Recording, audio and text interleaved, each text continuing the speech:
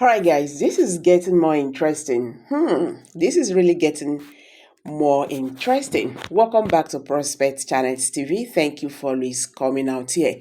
Nigeria is currently boiling. Ex-militants from the Middle Belt have joined forces with powerful Igbo groups to shut down another Fulani expansion agenda. The Sokoto Caliphate is in total panic as their hidden plans are being exposed and crushed. That is why I said this is really getting more interesting. The alliance between the Middle Belt warriors and Biafra activists has sent shockwaves across Nigeria, signaling that the days of Fulani domination are numbered. From Abuja to Sokoto, the powerful dynamics are shifting and is shaking the foundation of the entire North. So watch as we break down the explosive details of this powerful unity and what it means for Nigeria's future. The Fulani elites are in tears, but the oppressed tribes are rising. Please don't forget to like, don't forget to share this video, don't forget to subscribe for more breaking updates on Biafra, Middle Belt, and the revolution sweeping Nigeria. Let's get there. I will be right back.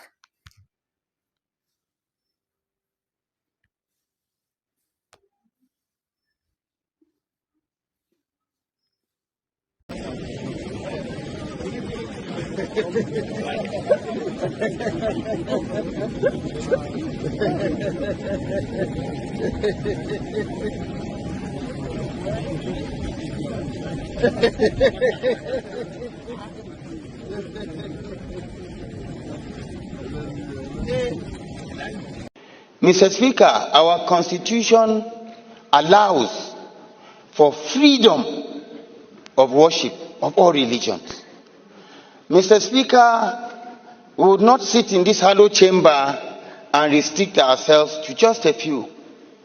If we begin to put such components into the Constitution, tomorrow the ecclesiastical faction comes up. The day after, the traditional faction comes up. The day after, all other components begin to come up. And what happens to our grand norm that is supposed to be the foundation of our existence? Mr. Speaker, Nigeria has never limited anybody from practicing his religion. You go to states like in the north, where you have Sharia being practiced as the criminal code for those states.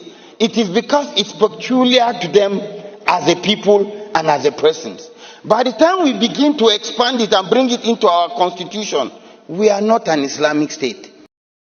It's not about ransom. They just want to pass a message. We can come in. We can do what we need to do. And there are some hardliners in this government that are sponsoring this kind of narratives. They just want to show that they can Islamize this country. Elements, religious, Islamic element in the Yoruba ethnic group, to use them to destabilize that mighty people who have built empires like Oyo and other places long before anything. But they are looking for some weak elements. Like Tunumbu is a weak element. People think he's powerful, but he's a weak element in the Yoruba war. These are the weak elements they want to use to be able to push the Islamic agenda. People have been telling you that Islamic agenda is a lie. No, it's true. I can tell you that I was born a Muslim. My people have been Muslim since the 7th century. I'm a Madinga. And we have been Muslim. There is nobody in my ethnic group who is Christian. All my people have been Muslim. And I studied Islam in northern Nigeria. And I'm telling you, the agenda is to push that country toward Islamic agenda or destroy it completely. So to your question, I will tell you that Nigeria does not have a bright future for now. It doesn't have a bright future for now. The elements that are in the north, and most of them are receiving grants. Some of them, even in university, they are getting grants from this Qatar, and all the extreme Islamic groups are giving them money. And they are building, their power is increasing day by day in the political system. They are even creating billionaires that eventually tomorrow they want to control western part of Nigeria. The East a little bit stubborn for them. Eastern Nigeria is stubborn. That's why they are isolating them. The isolation of so-called Igbo, it's not because Igbo hate Nigeria. Igbos are the most Nigerian than any Nigerian. They are every part of Nigeria you find them. They have their own problem for sure, like every African group. But the issue, they are not the problem. But they are acting a little bit stubborn to the Islamic agenda. So they have to be isolated. And to do that, you need one of the most powerful group, which is the Yoruba group. If you don't use Yoruba, you can't succeed. And the Yoruba group is very educated. So what do? You look for the weak one among them, which is the Islamized ones, and play on their religious sentiment. And then you destabilize the country. We have chosen to say the truth. Even if we are going to die, let us die and let tomorrow appreciate what we said. And so, as far as I'm concerned, the federal government is complicit. The day they want this insurgency to finish, it will be done. Actively, they are working with Turkey, they are working with Saudi Arabia, they are working with everything to Islamize. But the real agenda is to take over Nigeria. It's like this issue of conquest agenda we not gone on in Nigeria. We usually see it where some area are being marginalized. A region like a southeast, north central, northeast has always been put aside when we are talking about Nigeria political circle. In this area, we have not seen any one of this area produce presidency. But it's like they want to extend the marginalization by this bill that we are seeing sponsoring in the House of Assembly now. That is the bill that is talking about national traditional ruler, and they are suggesting Ooni of Ife and the Sultan of Sokoto as a co-chairman. What do you have to say about this, Mr. Onyezi? Well, I think to an extent it has been rejected by the Middle Belt Forum, and it has also been rejected by the Ohanese and other, traditional, sub-traditional institutions. If you are trying to conduct this kind of a thing, I think it should be holistic.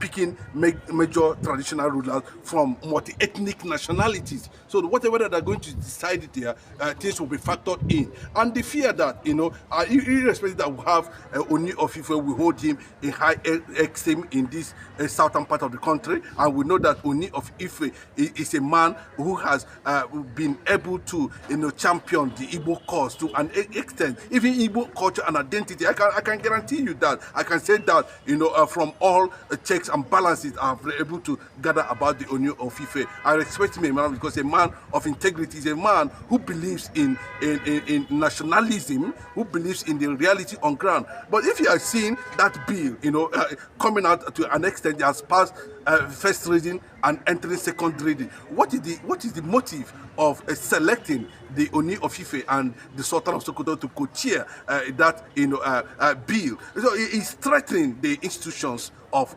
traditional government. Let me put it that way. The institution of traditional government is very important, and anything that influences it, religious-wise or political-wise, has a devastating positive or negative effect on the citizens. But where we have a funny system, where everything is being tinted towards Islamization, there's fear that some level of uncertainty can come out of it, and once it comes out, there might be some deep reservation, and Nigeria might be thrown into a serious chaos, and it has been rejected. And the fear is that having a caliphate who lords over almost everything in terms of religion, even down to southwest Yoruba land, is giving a serious concern to many other regions like the Middle Belt and the Southeast. And not I'm talking about the Southeast. When I'm talking about the Southeast, I'm talking about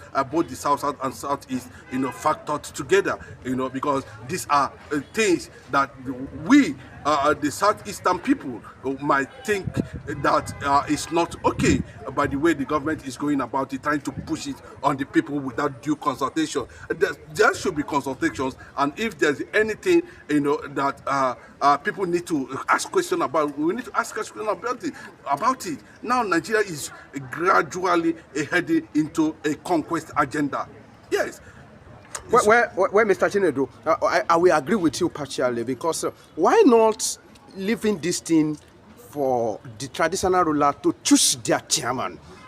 At least maybe they can subject it to elective something, maybe for the period of 4 years, and you leave it for them. If not that they have ulterior motive, why sponsoring bill and even suggesting a life co-chairman if what you're saying is not true? Femi, in fact, I 100% agree with you because not every Nigerian want to look at it from that perspective. There is fear already, given what the jihadist Fulanis are doing, within the 36 states of the Federation. No state is left, without a cry of help, without insecurity. That's a fact. That's the reality, And if once you are government, you see, I keep on saying it, this thing is getting gradually taking different dimensions, taking different angle. Now it is the turn of the traditional institution to face reality, and the reality is that these are people who are custodians of their people. And Nigeria is a secular nation and not an Islamic nation. And I don't know what Parliament means by continuing from where Buhari stopped, and if actually he himself is trying to push this thing, since he cannot go the direction of the political masses, then I think the traditional institutions can be able to launder it to their people. Because I don't know what what this thing is always being factored in that direction. Like you actually said, I think they have a body in Nigeria here where they can come together and said, okay, there's a resolution, and these are the people whom we are giving as co-chairman or whatever bill that's regarding or how to bring the traditional institutions closer to the government, or how to get some government enhancement and empower and deepen democracy down to the people. That would have been a whole thing. That means everybody is being carried along. Then for you to just select 2 people from the entire 250 ethnic nationalities with major regions being exempted in this, it shows that there must be more to it. There has always been fear of Islamic tendencies in Nigerian seat of power, and you can see that it's very suspicious. We know that actually there's a Muslim ticket. Shetima is a Muslim, and the president Bola Ahmed Tinubu is a Muslim. We saw him while he was addressing the bishops in Nigeria just a few weeks ago, where he said that his wife is a pastor and there is another have that tendencies. But we're not going to look like that. We are looking at the art of law that embodies every other thing that has to do with Nigeria existence. And we are talking about bringing this thing the way it is now. I think it is regrettable and it should be condemned. The Middle Belt Forum and the Ohanese leaders has come out together and said it is no go area. And what is the fear? The fear is that the compromise to bring an act or to bring a kind of Sharia. We saw the battle the Yorubas fought when the Sultan of Sokoto declared that before anything that can take place in Southwest, is that he needs to be consulted, and because he's the head of the Caliphate and all Muslims in Nigeria, including the Yoruba Muslims. Very, very unfortunate, because this bill, I think, is a very, very nice bill. Apart from this clause that has everything, because we need to involve our traditional ruler in making sure that we achieve peace in our domain. But Mr. Chinedu, don't you think that much more than Ohanese and the Middle Belt Forum, the people that came, I mean, from that angle, a member of House of Representatives from North Central, member of House of Representatives from Southeast, and the senators, don't you think they are the one that's supposed to kick? Because this one that they are just making, they are just talking. How far do you think their word can turns things around? In honest truth, I believe that every representative there is Fulanized. It's been produced by the Fulani oligarchy. Every House representative, every House Senate, might have visited the Caliphate in one way or the other before the endorsement. And while you are visiting, while they are visiting, a certain agreement might have been reached. There's no two words about it. If it is not coming directly from them, then it is coming from their godfathers. So it will be very difficult at that level in the federal House and in the Senate for them to stand up to checkmate or try to balance or try to know the integrity of that mission. So very difficult. So that is where it is left for socio-cultural organizations that protect the heritage and integrity and the culture of every region who feel threatened by the imposition of these people. Like you rightly said, they would have leave it clearly to the traditional rulers to decide, how they're going to do and who's going to represent them at the end of the day. But for you to pick this North and the New Fife, for me, it is not very correct. And for Hanese, it is not very correct. And to Middle Belt, the fear of killings and conquest agenda, might also get to the level of influencing a prominent traditional rulers within the regions to key into whatever with that in disguise. Because when you see all these things happening like this, I keep on telling you in honest truth that the governors we are having, especially in the eastern part of the country, are being endorsed and imposed and planted by the Fulani oligarchy. This one, before we go, let's talk about what if this law have been passed, because the law, passing of the law and giving assent to it is done by the House of Assembly and the presidency. If it has been passed to law, what do you think Ohanese and people, Middle Belt Forum, what do you think they can do? I think there's a resistance has mounted, and those who are seen to be representative in these regions that is mostly crying out now should be held responsible. That's what it means. And if anything go wrong, they will be held responsible. And that they have rejected it, and there's no two ways about it.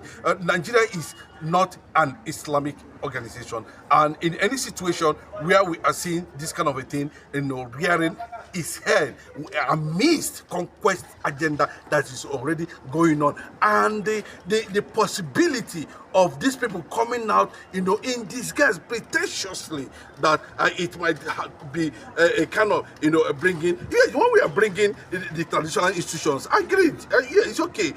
Closer to the government, Then what are the policies? What are you giving them? What are you presenting to them? That's the fear. But do you think we should wait a bit and see the real content of this thing? Because sometimes some bill in Nigeria, they will not explained until you go through it. Maybe if we're able to go through it, we may see some other things. Because there are so many times government want to make law and people will feel jittery about it. But later, you discover that what they are even trying to do is maybe better in that way. Do you see any positive thing beyond this thing we are complaining about? Femi, let me tell you very clearly. Hanese possibly even Afenifere, and of course in Middle Belt Forum. Let me just say it. Don't tell me we don't have professionals there. We don't tell me that we don't have political scientists there. Don't tell me you don't have people who can forecast. Don't tell me you don't have people who can analyze.